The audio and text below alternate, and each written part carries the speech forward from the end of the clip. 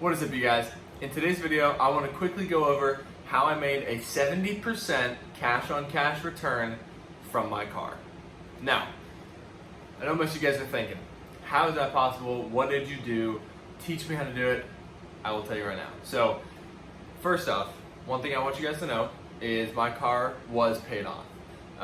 So I didn't have a car payment, and I know a lot of people, what they do when they get a car is they either like to pay it off as quickly as possible, or they like to buy it in cash, just so they don't have a car payment. And I understand that. I understand not wanting that monthly payment of $100, $200, $300, $400 a month coming out of your checking account. However, typically with a decent credit score, the interest rate on your car payment is typically between 3.5% to 5%, plus or minus. I know mine was about 4.5%. When I got the car, and then I paid it off immediately, just because I had the money and I was okay with doing that. However, that's not, it didn't stay that way. So how I made a 70% cash on cash return. So what I did is I went to the bank and I said, hey bank, my car is completely paid off. I'd like you to evaluate it and tell me what it's worth. So they did the Kelley Blue Book thing. They looked at it, whatever, and they came back and said your car's value is about $11,600. I said, great. Can I take out, or how much of that can I take out? How much of that can I refinance? And they said 100%. Well, I was like, well, perfect. So they wrote me a check for $11,600. My note for that car payment then became $11,800 because of the transactional fees and whatever. So it's basically $11,800 now to get $11,600. So paying $200 and then 4.5% interest.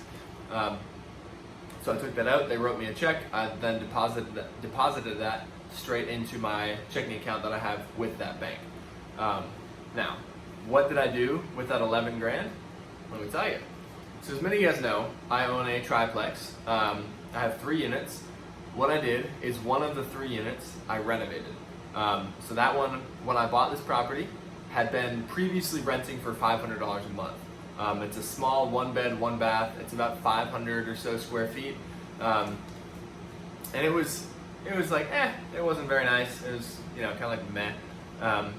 So what I did is I took $6,000 of that $11,000, got a contractor over there, and redid the whole place.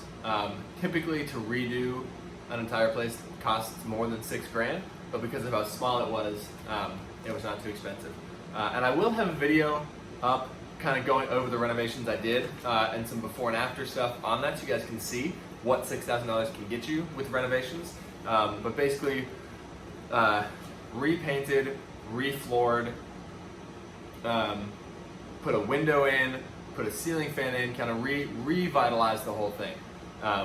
So I spent $6,000.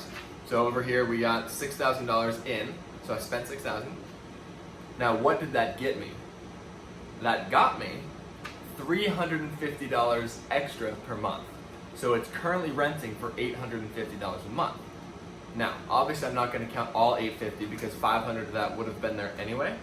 So we take the difference, which is that $350, from the $500 to the $850, multiply that by 12, and that's $4,200. So I'm bringing in an extra, or an additional $4,200 because of that renovation. So we take $4,200 divided by 6,000, and that gives us a 70% cash-on-cash return. So there you go. So option A, what I could have done is I could have kept my car paid off, could have left that $200 payment there, left having no payment on the car, and just driven around, in my mind, an $11,000 check. That's what I'm driving around. Instead, I took that check and I used it. I put that money to work for me. So I put $6,000 into that place. I'm now earning 70%. Again, on my car, I'm paying interest on that money, so I'm paying 4.5%. But when you do the math, is paying 4.5% worth the 70% that you're earning back? To me, yes, that's a no-brainer.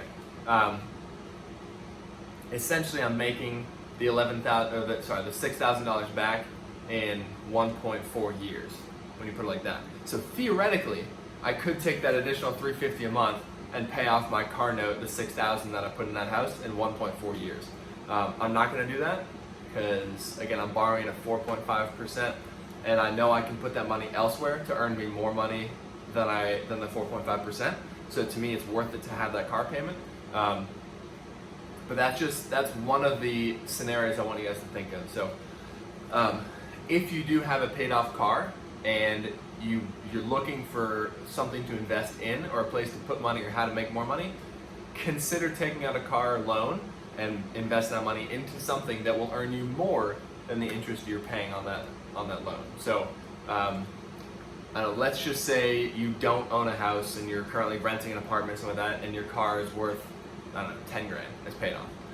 Theoretically, you could take out all 10 grand, use that as a down payment on a duplex, triplex, or fourplex in your area. Make sure obviously you qualify for the loan. But I mean, for this triplex I have, the purchase price was $230,000, and I put $9,700 down. So you could buy a property worth that much. So you could take your car, refinance it, take that 10 grand, use that as a down payment on a multifamily property, rent out the other units, get a roommate or something if possible, and you could then make good money doing that and earn a substantially higher return on investment than the 4 or 5% interest you may be paying on your auto loan. So I typically would recommend to take that money out and invest it elsewhere, unless you're really just against the idea of having a car payment. I know some of my friends, some people I know just hate the idea of a car payment. But from my perspective, again, I'm a single 22-year-old, soon to be 23, 22-year-old guy. Like, I don't have that many obligations. So having that additional $200 a month car payment is not that big of a deal. And I'd rather use that to make an additional $350 a month.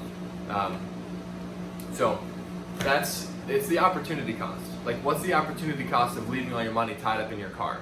Because again, the analogy I was thinking of earlier is like I'm literally just driving around an $11,000 check. To me, that seems kind of wasteful and like you're missing out on an opportunity, which I then capitalized on by taking that money, renovating that place, and now making 70% cash on cash return. So that's just another way to think about it. Guys, I want you to be consistently trying to find ways to optimize your money.